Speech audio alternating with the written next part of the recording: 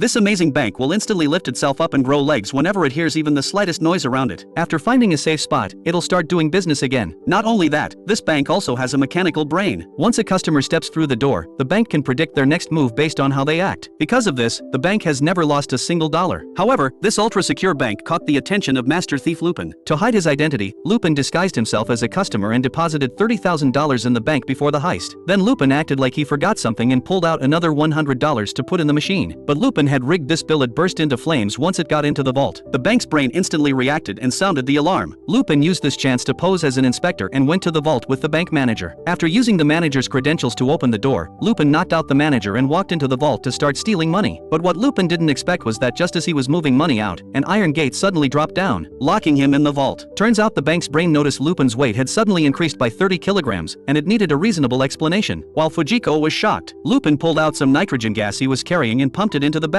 When the money bag started floating, the iron gate opened up too. However, just when Lupin thought the alarm was off and kept moving money, a cannonball suddenly landed near the bank. At the last moment before the bank closed its doors, Inspector Zenigata rushed inside. Then the bank started moving, trying to find a safe place. But several tanks suddenly appeared to try and stop the bank. But the bank didn't hesitate at all and crushed the tanks to pieces. Meanwhile, Inspector Zenigata finally made it to the vault, ready to arrest Lupin. The two men fighting made Lupin miss his last chance to escape, and the bank would kill all living things in the vault 5 minutes after the doors closed. Even so, Lupin stayed unusually calm and started looking for a way out. When he lit a bill on fire, the bank's laser gun suddenly sprayed water to put out the flames. Lupin suddenly thought of a solution. He divided all the bills in the vault into 6 piles and sprayed them all with self-igniting spray. As the bank's countdown was about to end, those 6 piles of bills instantly caught fire, and the laser gun couldn't decide between killing and putting out the fire. Lupin started pressuring it from the side. Finally, the laser gun decided the money was more important, chose to put out the fire, and let Lupin and the others out. Meanwhile, Jigen, who was waiting outside the bank, fired a cannonball at the bank. Goemon took this chance to slice through the bank's tracks with one sword strike. By the time Inspector Zenigata rushed out of the bank, Lupin had already gotten in his car and sped away.